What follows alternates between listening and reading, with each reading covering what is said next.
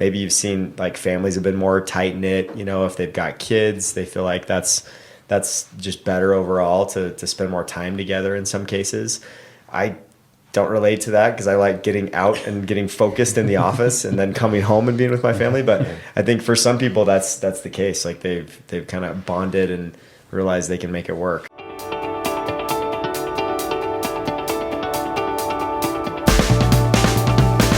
All right, welcome back to the Real Estate Huddle. We are on episode 76, and today we're going to talk about something that's been shaping the real estate market here, the impact of remote work in the Denver metro area. So, maybe you're someone who works from home or has transitioned into working from home from a corporate job. And so we're going to talk about how that's affected real estate sales, trends in homes, that sort of a thing, and give you a good idea of, what implications that's had. So we'll kick it off here. I've definitely noticed a couple things as we've been meeting with buyers. Since 2020, we've seen a lot of people that want more office space or an extra bedroom in their house, right? And it makes sense because if two people, so let's say you've got young professionals and you've got two of them at home, then one wants one space and then the other one wants another space, and they don't want to hear each other because their calls are loud, or this person laughs with his buddies when he's talking to them or whatever. And so it's like you got to have some kind of soundproof. So maybe a bedroom in the basement and then a bedroom up, or a main floor office and then a bedroom up. But that tends to be like the bones that we're seeing is really helpful and useful for people. I've actually seen speaking of basements, I've seen an uptick in people who are wanting finished basements and not having to do it themselves. Firstly, because they can put extra bedroom or office or, whatever in there. And then as well as it's a separate space that you can get away from the noise. Yeah. So the finished basements are actually, whereas a couple years ago is no, I don't mind an unfinished basement because we can finish it however we want, or it's a storage space or whatever, whatever the reason being, to, oh yeah, finished basement would be a big deal because that's just more livable space for them, which everybody is needing right now, especially with the remote workers. Do you think that's from the affordability aspect and not having the capital to be able to do it? I think, me personally, it's probably a bit of both, but I think the remote work, the COVID thing really put into perspective how much livable space people needed. Yep. I think the basement is a big one. Yeah. It's a lot of livable space that isn't finished if it hasn't been finished yet. So I agree. No, I think that's a good point. And I think also I'm seeing, because our market's gone up in price so much over the last 15 years, and now we're at a price point, an average price of $780,000 roughly.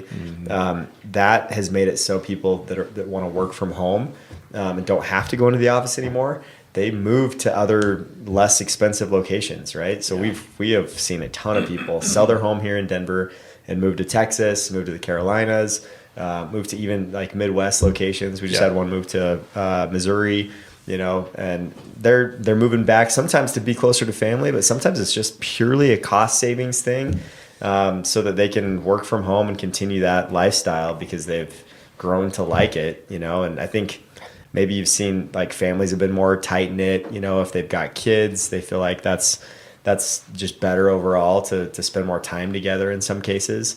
I don't relate to that because I like getting out and getting focused in the office and then coming home and being with my family. But I think for some people that's the case. They've kind of bonded and realized they can make it work. So if you have the proper spacing in your house, and in some areas in Texas and the Carolinas, you can buy a huge house that has a lot of space where you can really space things out in those homes for less than what you would spend here on a 1,500 square foot townhome.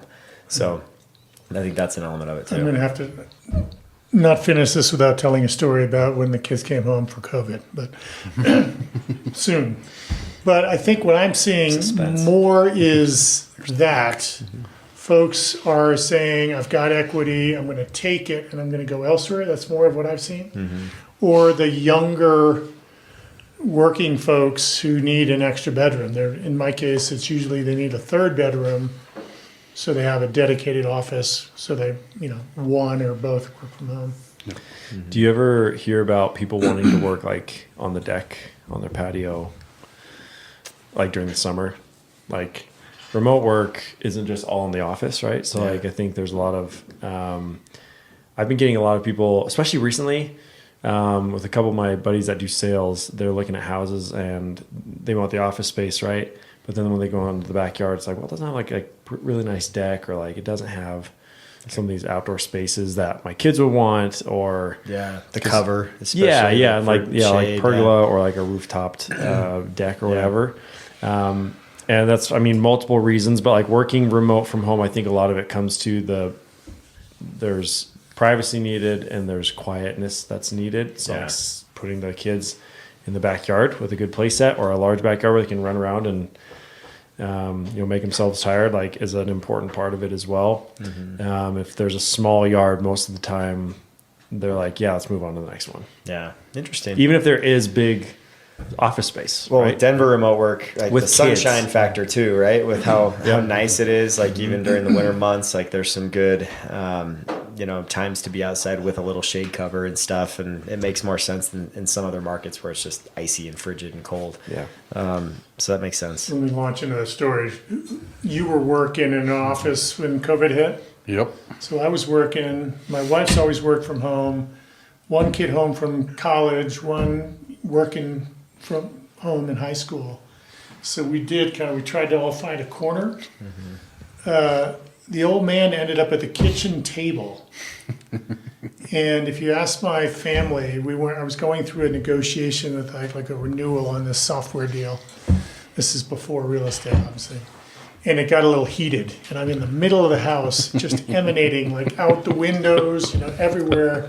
So they'd come and wave at me. And then ever since, I've been in the basement. They kicked you downstairs. You've been banished. But the other thing with COVID, the work from home, you knew of your colleagues that you spent a lot of time with. You knew they had 2 or 3 locations. And here in Colorado, a lot of them had that outside. You could tell when they were on the deck because it was 70 degrees out there. Yeah, Yep. That's funny. Well, still in our country, 28% of people work remotely.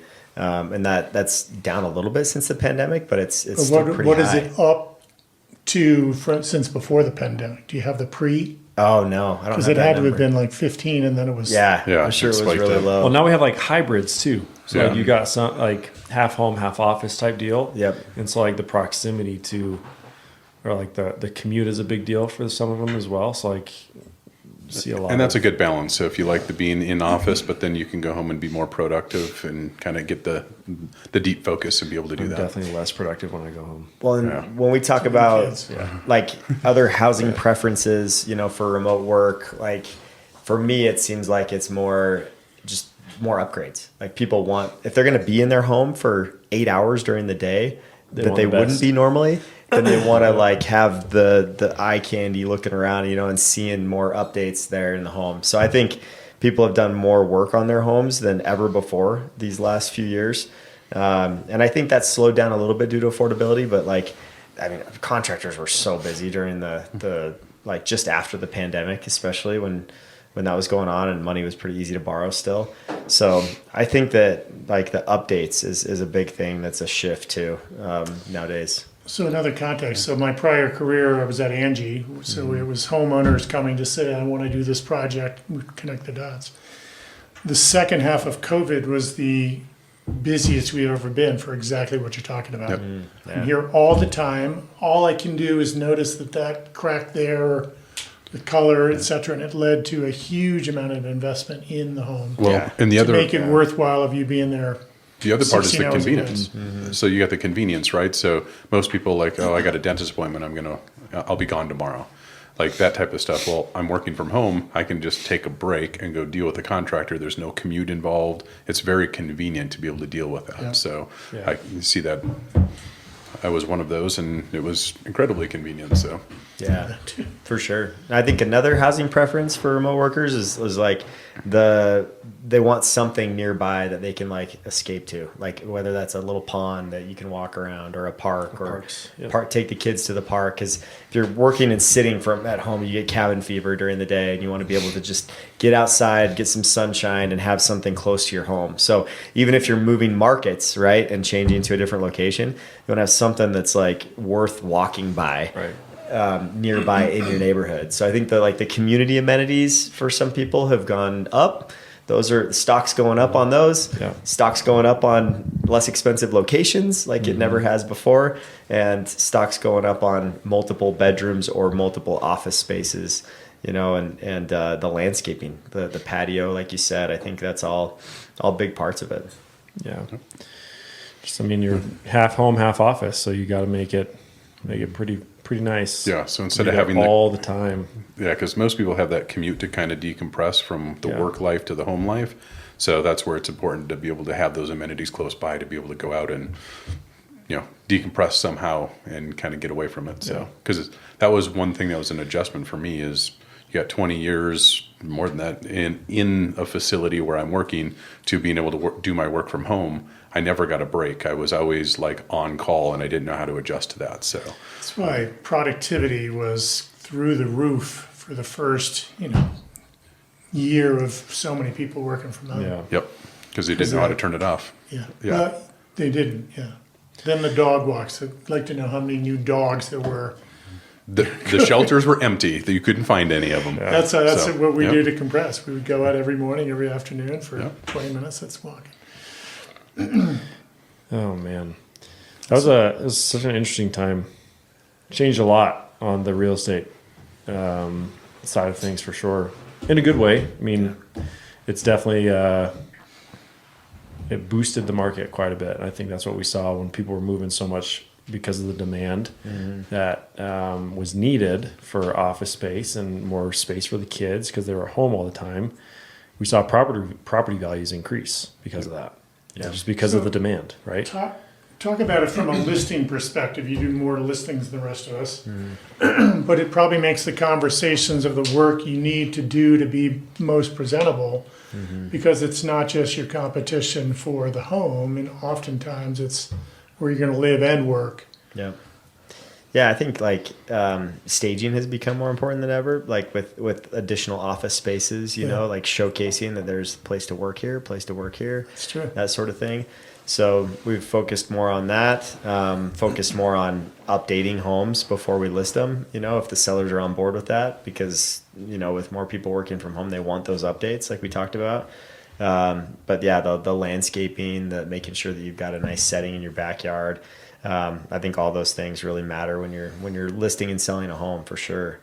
So, and going back to where like I was saying, stocks going up on these types of things, it's time to, if you're thinking about investing in real estate, those are the types of properties you want to buy. Yeah. Something that's updated, something that's maybe in a market where it's a little more affordable too, that has a park nearby, that's got amenities. Like those are great investments right now that will probably continue to go up in value, especially when they have 3, 4, 5 bedrooms or a couple office spaces in there. That's just another thing to think about when you're investing in real estate now. So I think that's the big takeaway.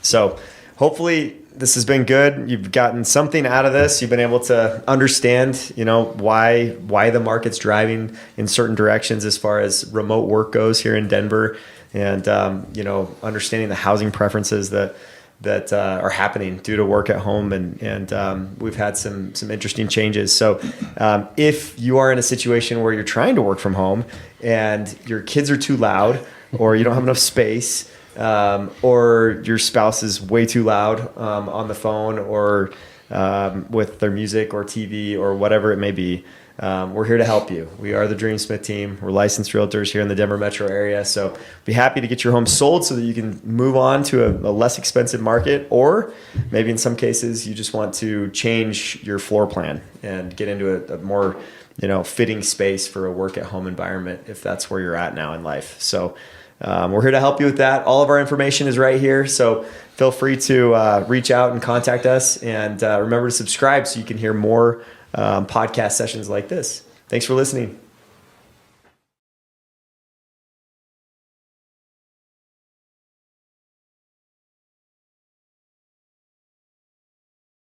So if you have enjoyed what you're listening to and you'd like to hear more, make sure to press that subscribe button so that you can not miss out on any more episodes that are coming up. And also check out all of our contact information is below. You can see us at the dreamsmithteam.com to look up more information about our team and our history and all of the members of our team. and see contact information that you can reach us if you have any real estate needs. See you next time.